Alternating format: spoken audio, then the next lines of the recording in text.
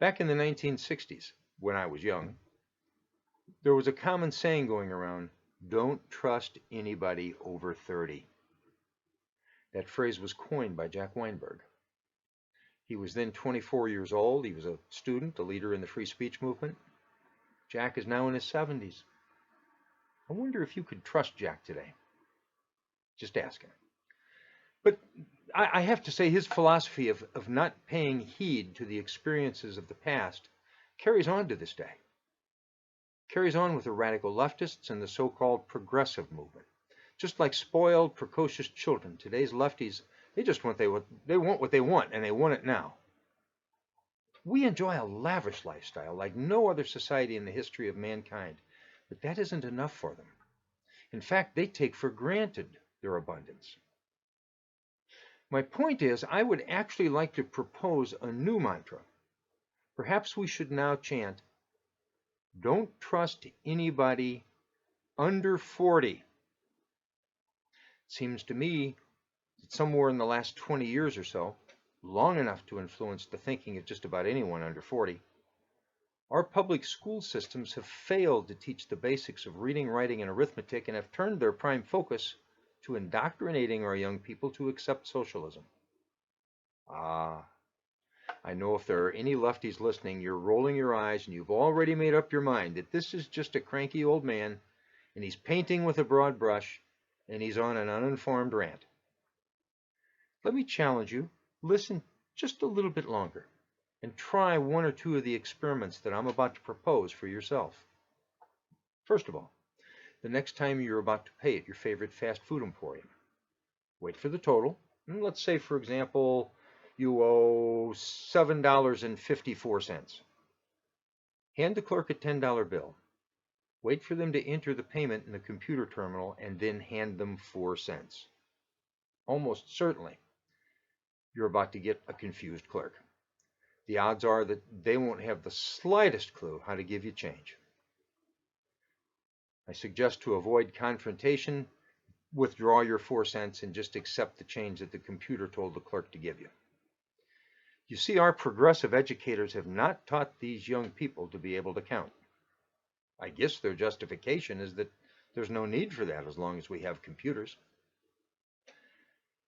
They, though, have instilled other numerical theories in their impressionable young minds.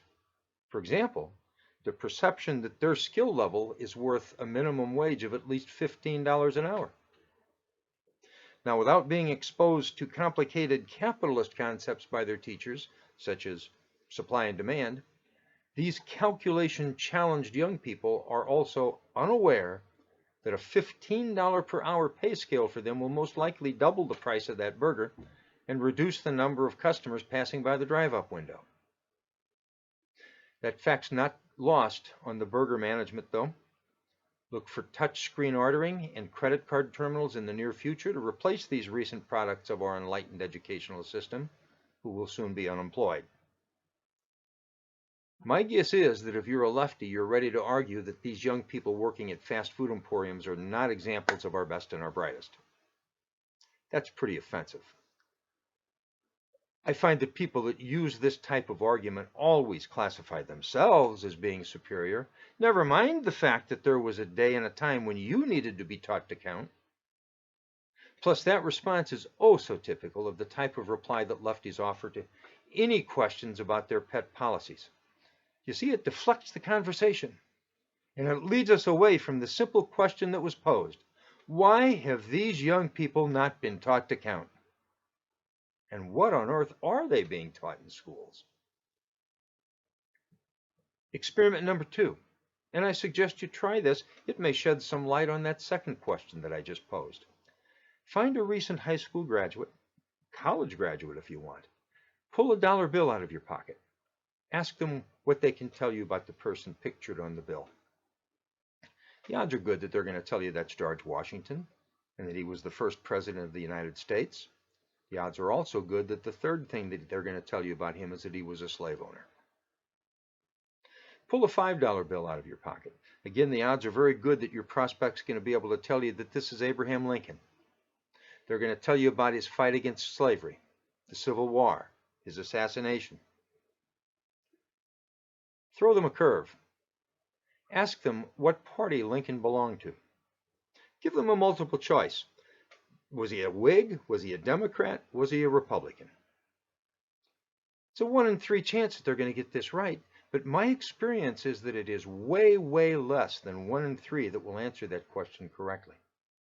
And therein lies the clue to the prejudice that's being instilled to them by our socialist public educational system. When you get to the larger bills, it's likely that your prospect knows little or nothing about Hamilton, Jackson, or Grant. Many are going to tell you that they were presidents, even when you show them Hamilton on a $10 bill. The majority will not know that Hamilton is on a bill because he's considered the founder of our nation's financial system. Most are going to be able to tell you that Jackson was a racist and an Indian persecutor, but most will know nothing about Jackson's role in our banking system. That's the reason he's on a $20 bill. As for Grant, you're going to find that some might know that he was a general in the Civil War, but about half will not. The bottom line here is that it appears that many of our young people have been presented a slanted story, an agenda-driven story about the founding of our country and about American history in general. Then again, it isn't just American history that eludes them. Socialism and communism are being presented to them with a sugar coating. Ask them about Mao Zedong. Ask them if they know that he was responsible for the deaths of as many as 80 million of his fellow Chinese for political reasons. The odds are that they will give you a confused look. Ask them what they know about the Soviet Union. Odds are good that they'll tell you that it was Western imperial intervention that brought down the Soviet economy and destroyed the nation. Odds are they won't know much at all about the gulags, the brutal murderous reign of Joseph Stalin, and they probably will know nothing at all about the state-run press outlets of Pravda and TASS that presented only the party line propaganda to the Soviet people, rewrote history, and never presented a negative story about the Communist Party. I invite you to ask questions like these to young people. See what responses you get. Send me an email and share your experiences. I would be curious. Not long ago, I was walking with a client to her car.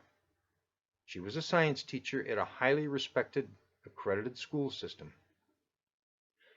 Prominently displayed on her bumper was a sticker that said "Ban Fox News." I have no doubt that she shared her political views with her impressionable young students while teaching science. It's evident to me that this is how the radical progressive left thinks.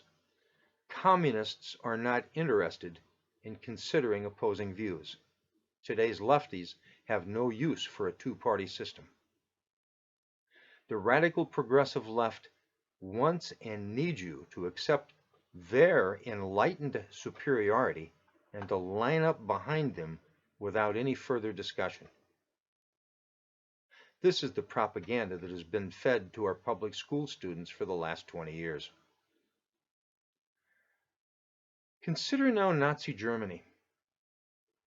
The Hitler Youth were educated that same way. They were indoctrinated by the state. It was a powerful strategy for the Nazis. There soon came a time in Germany when no one had the power to oppose Hitler. Is history about to repeat itself?